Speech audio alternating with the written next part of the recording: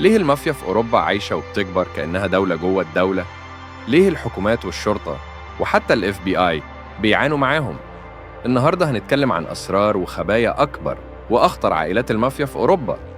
أسرار الإعلام نفسه مش بيحب يجيب سيرتها، من صفقات سلاح وغسيل أموال لتهريب مخدرات ولحد السيطرة على السياسة والاقتصاد. استعد، لأن اللي هتعرفه النهاردة ممكن يخليك تبص للعالم بطريقة مختلفة تماماً. قبل ما نبدأ، لو أنت حابب تعرف الحقيقة ورا العالم المظلم للمافيا، دوس لايك فوراً عشان الفيديو يوصل لناس أكتر، واشترك في القناة وفعل الجرس عشان اللي جاي أخطر من أي فيلم شفته في حياتك. المافيا الأوروبية بدأت إزاي؟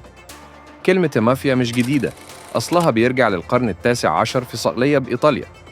هناك العائلات الكبيرة كانت بتحمي مصالحها بعيد عن الحكومة وبتفرض قوانينها الخاصة، ومع الوقت شبكات المافيا انتشرت في أوروبا كلها، من إيطاليا لألبانيا ومن روسيا لحد إسبانيا.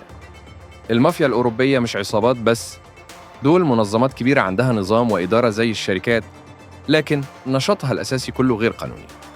مصادر قوتهم الحقيقية: تهريب مخدرات، خصوصاً الكوكايين من أمريكا اللاتينية والهيروين من آسيا. استثمروا أرباحهم في مطاعم، شركات بناء وأندية كرة. الابتزاز والحماية: يفرضوا على التجار وأصحاب الشركات يدفعوا إتاوات مقابل الحماية. السيطرة على العقارات والموانئ عشان يسهلوا تهريب البضائع من غير ما حد يكتشف. ليه الشرطة ما بتقدرش عليهم؟ في سببين كبار: الفساد السياسي. في بعض الدول المافيا بتدعم مرشحين للانتخابات مقابل تسهيلات بعد ما يوصلوا للحكم.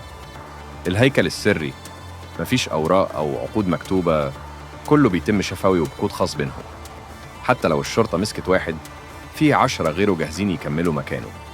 أشهر العائلات الإجرامية في أوروبا: الأول كوزا نوسترا، إيطاليا، الأسطورة الحقيقية للمافيا. كالابريا، أخطر عصابة تهريب مخدرات دلوقتي في العالم. ثالثاً مافيا ألبانيا، سيطروا على طرق تهريب البشر والمخدرات لأوروبا. الرابعة المافيا الروسية، قوية في أوروبا الشرقية ومعروفة بعملياتها الدموية. ليه لسه موجودين لحد دلوقتي؟ بيشتغلوا في الخفاء وبيسيطروا على الاقتصاد الموازي. ناس كتير بتخاف تبلغ عنهم، بيعرفوا يتأقلموا مع أي وضع اقتصادي أو سياسي جديد. الختمة: في الآخر المافيا الأوروبية مش قصة أفلام، دي حقيقة بتأثر على السياسة والاقتصاد والأمن في العالم كله.